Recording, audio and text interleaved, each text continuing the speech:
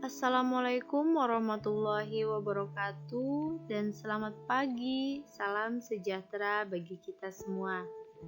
Nah, masih dalam pembelajaran jarak jauh bersama Ibu Wulan Eka Pratiwi. Semoga kalian tetap bersemangat dan tidak pernah bosan dalam pembelajaran daring kita ini. Baiklah anak-anak, pada kesempatan kali ini kita masih akan membahas mengenai teks eksposisi bagian ketiga.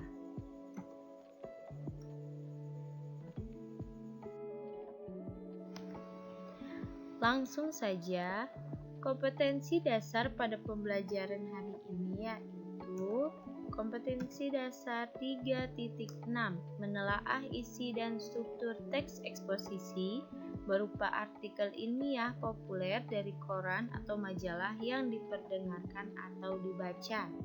Nah, ada dua tujuan pembelajarannya, yaitu 1. Peserta didik dapat menganalisis struktur teks eksposisi.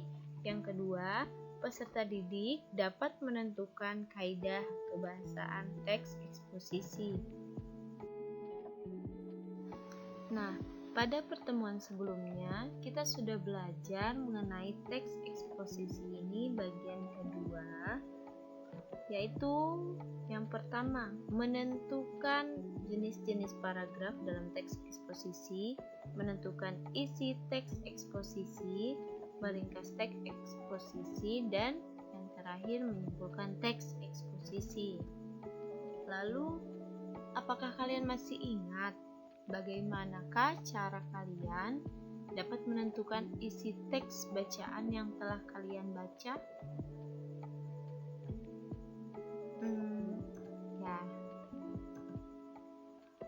Cara menentukan isi teks eksposisi itu dengan kita mengambil garis besar atau intisari dari paparan suatu objek yang dijelaskan di dalam teks eksposisi tersebut.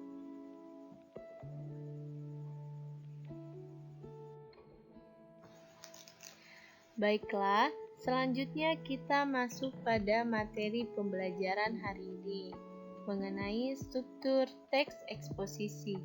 Struktur teks eksposisi memiliki 3 struktur. Yang pertama, tesis. Tesis atau pernyataan pendapat adalah bagian pembuka dalam sebuah teks eksposisi.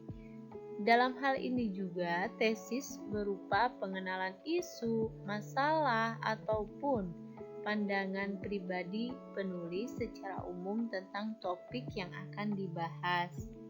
Nah, yang kedua, argumentasi merupakan unsur penjelas untuk mendukung tesis yang dikemukakan sebelumnya.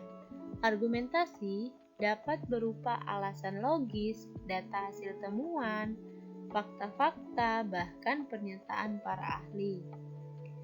Argumen yang baik harus mampu mendukung pendapat yang disampaikan penulis dan ataupun pembicara. Yang ketiga, penegasan ulang, yaitu bagian yang bertujuan menegaskan pendapat awal serta menambah rekomendasi atau saran terhadap permasalahan yang diangkat.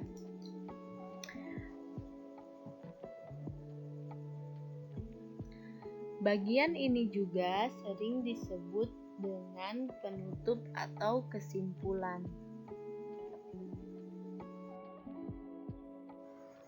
Untuk lebih jelasnya mengenai struktur teks eksposisi, silahkan perhatikan terlebih dahulu teks manfaat lidah buaya ini.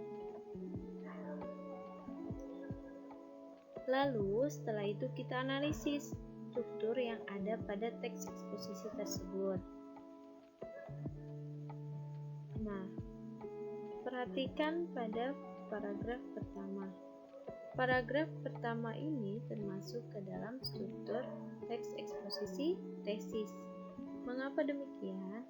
Karena telah dikatakan tadi bahwa tesis itu berupa pengenalan isu, masalah, ataupun pandangan pribadi penulis yang secara umum tentang topik yang akan dibahas.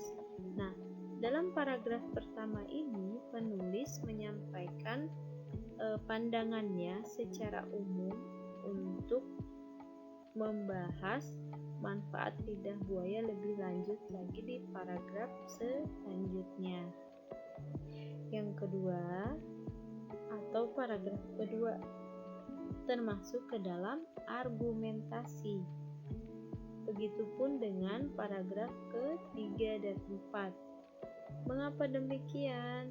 Karena sama halnya tadi, bahwa argumentasi adalah unsur penjelas untuk mendukung tesis yang dikemukakan sebelumnya. Argumentasi ini dapat berupa alasan logis, data hasil temuan, fakta-fakta, bahkan pernyataan para ahli. Nah, perhatikan paragraf kedua ini di kalimat kedua. Dikatakan di sini bahwa para peneliti mengungkapkan banyak manfaat dari tanaman serbaguna ini.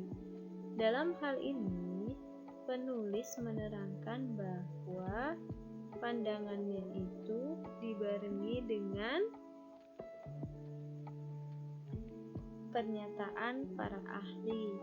Begitupun dengan paragraf ke-3 dan 4. Paragraf terakhir termasuk kepada penegasan ulang. Mengapa? Karena pada paragraf ini isinya menegaskan pendapat awal serta menambah saran terhadap permasalahan yang diangkat. Selain itu, penegasan ulang dikatakan tadi bahwa terdapat di akhir atau menjadi penutup dan kesimpulan dari sebuah teks eksposisi.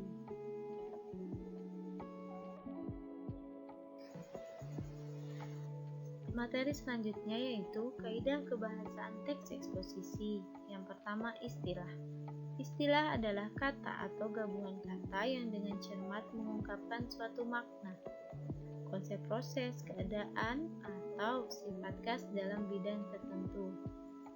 Makna istilah dapat kalian temukan pada Kamus Besar Bahasa Indonesia atau Kamus Populer, bisa juga di Kamus Istilah.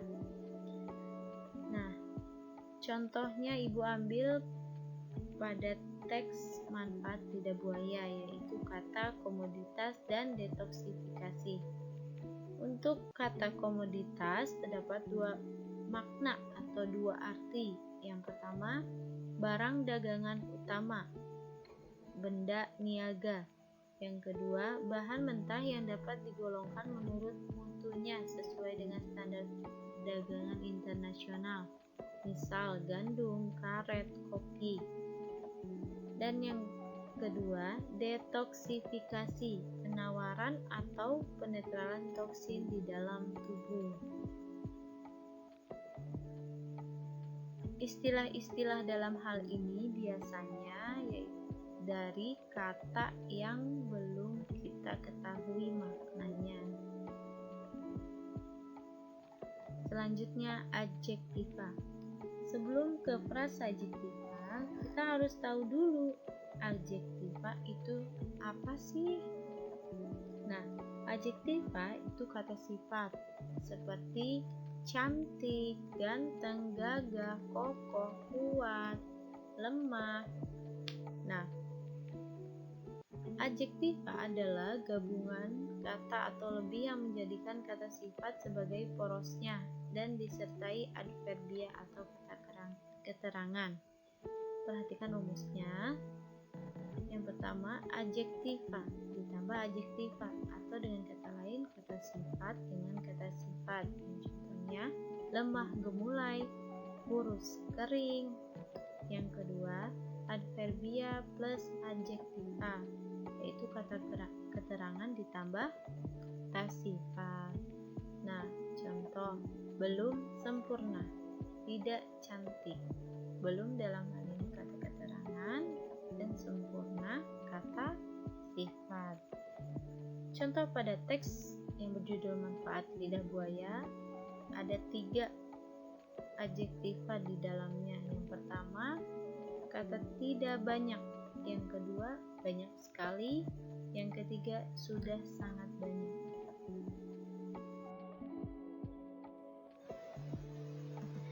Yang ketiga, afiksasi.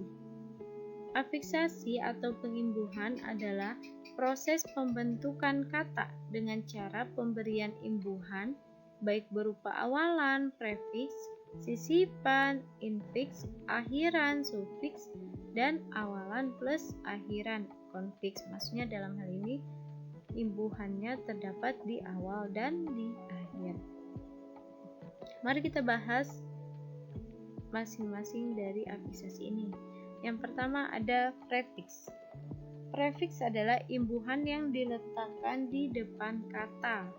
Contoh imbuhannya itu ber, men, se, per, pe, dan ter. Contohnya bermanfaat dan membantu. Selanjutnya infiks. Infiks adalah imbuhan yang diletakkan di dalam kata dasar.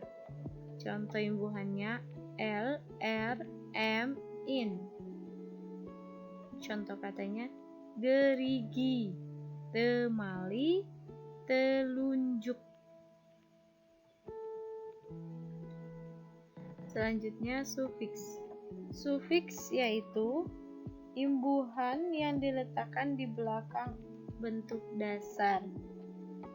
Jika tadi prefiks terdapat atau diletakkan di awal kata dasar, sufiks ini kebalikan dari prefiks, yaitu ditempatkan di akhir bentuk dasar.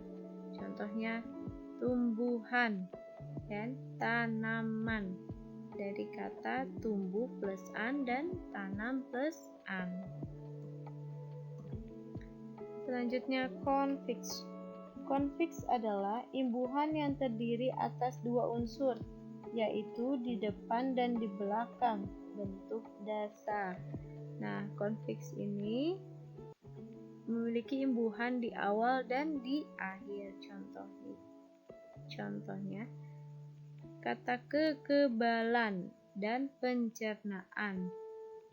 Mengapa masuk dalam konfiks? Karena ada imbuhan ke dan ada imbuhan lan. Begitupun dengan pencernaan.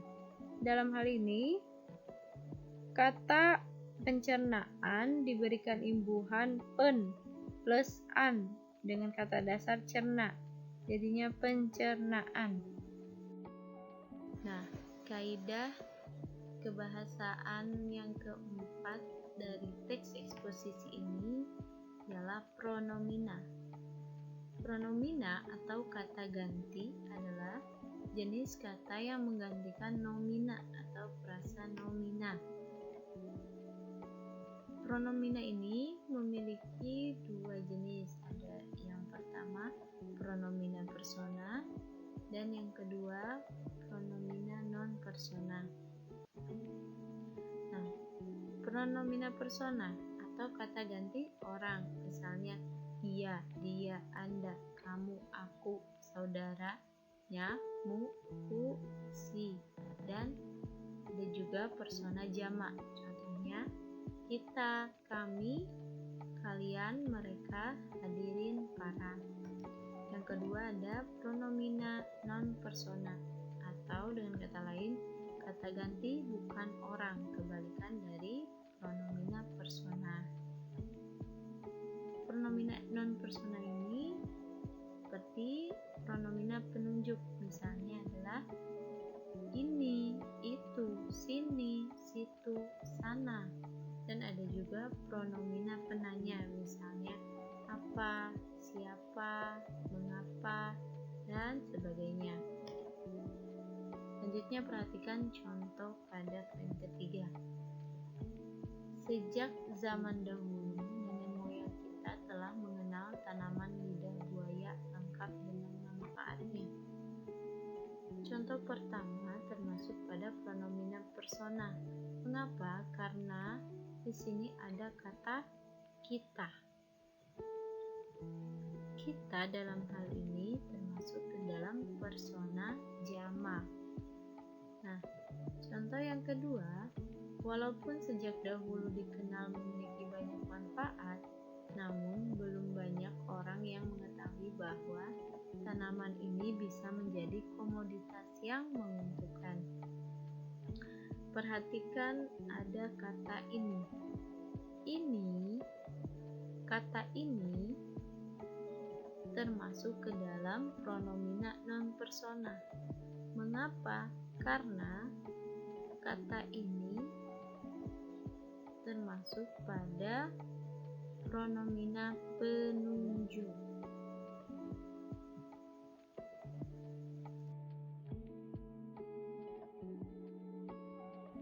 Baiklah, mungkin cukup sekian yang dapat Ibu sampaikan. Semoga pembelajaran hari ini bermanfaat dan kita semua selalu dalam keadaan yang sehat. Tetap semangat belajar dari rumah. Billahi taufiq wal hidayah. Wassalamualaikum warahmatullahi wabarakatuh.